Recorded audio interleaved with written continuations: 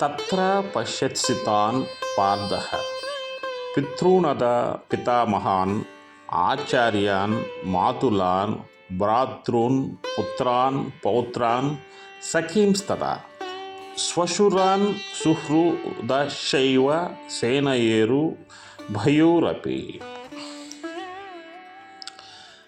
తత్ర పశ్యత్సితాన్ పార్థః పితॄనధ పితామహాన్ ఆచార్యాన్ మాతులాన్ భ్రాతॄన్ పుత్రాన్ పౌత్రాన్ సఖీంస్తదా శ్వశురాన్ సుహృదశైవ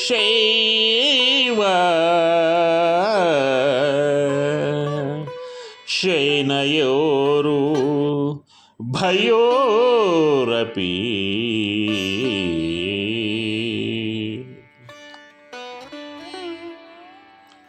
అంటే ఈ శ్లోకంలోని కొన్ని అర్థాలు తెలుసుకోవాలి ఎవరైనా సరే. ఇక్కడ అర్థాలు ఏంటంటే ఈ శ్లోకంలో పితృన్ అంటే తల్లిదండ్రులు, పితామహాన్ అంటే తాతలు, ఆచార్యాన్ అంటే గురువులు, మాతులాన్ అంటే మేనమామలు.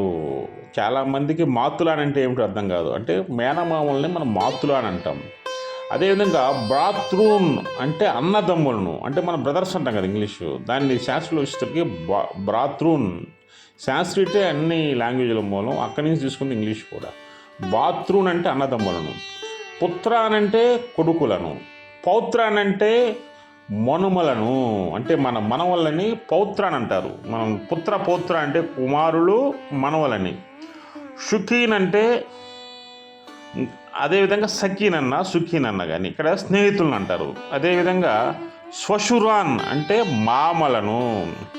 శ్వశురాన్ అనే పదం మామలను అనే మీనింగ్ వస్తుంది శాస్త్రీట్లో.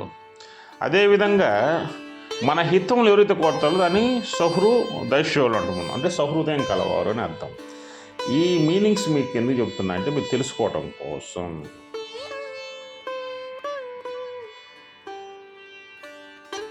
ఇక్కడ చూడండి, ఇక్కడ అర్జునుడు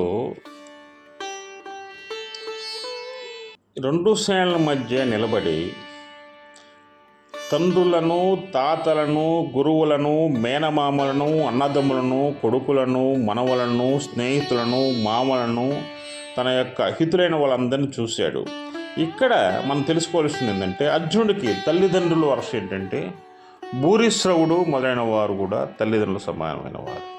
తాతలు భీష్ముడు తాత వరుస అయిన వాడు, గురువులు ద్రోణాచార్యులు వారు, మేనమామలు శల్యుడు మేనమామే అర్జునుడికి. అదేవిధంగా అన్నదమ్ములు దుర్యోధనుడు, దుశ్శాసనుడు వీళ్ళందరూ కూడా. కొడుకులు దుర్యోధనుడు కుమారుడు, లక్ష్మణ కుమారుడు కూడా కుమారుడే కదా. మనువలు లక్ష్మణ పుత్రుడు మొన్నవారు కూడా మనవడే కదా. స్నేహితులు అశ్వత్థామ మంచి స్నేహంగా ఉండేవాడు ఎవరు అర్జునుడితో. ఎందుకంటే అర్జునుడు యొక్క గురువు వచ్చేసి ద్రోణాచార్యుడు కుమారుడు అశ్వత్థామ. ఇక్కడ ఏమైందంటే స్నేహితుడుగా ఉన్నటువంటి అశ్వత్థామతో యుద్ధం చేయవలసి వచ్చింది. ఇక్కడ మెయిన్ ఏంటంటే ద్రోణాచార్యుడు ద్రౌపదుడు చేసినటువంటి అతనికి అన్యాయం చేశాడు, ద్రౌపదుడికి శత్రుత్వం పెంచుకున్నాడు ఎవరు ద్రోణాచార్యుడు. అందుకని ఆ ద్రౌపది రాజకుమార్తె ద్రౌపది కాబట్టి అప్పటి నుంచి ద్రోణాచార్యుడు పాండవుల మీద కక్ష పెంచుకున్నాడు. ఎప్పుడైతే ద్రౌపదిని వాళ్ళ ఇంటికి తీసుకొచ్చి ధర్మరాజు వివాహం చేసుకుంటాడో అప్పుడు ద్రౌపది మీద కోపం మొత్తం కూడా పాండవుల వైపు తిప్పుతాడు ఎవరు ద్రోణాచార్యులు వారు.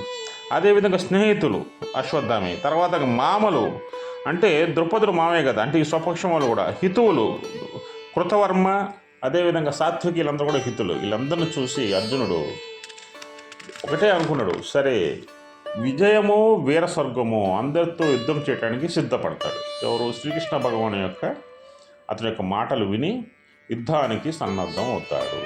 జై శ్రీకృష్ణ, జై శ్రీకృష్ణ.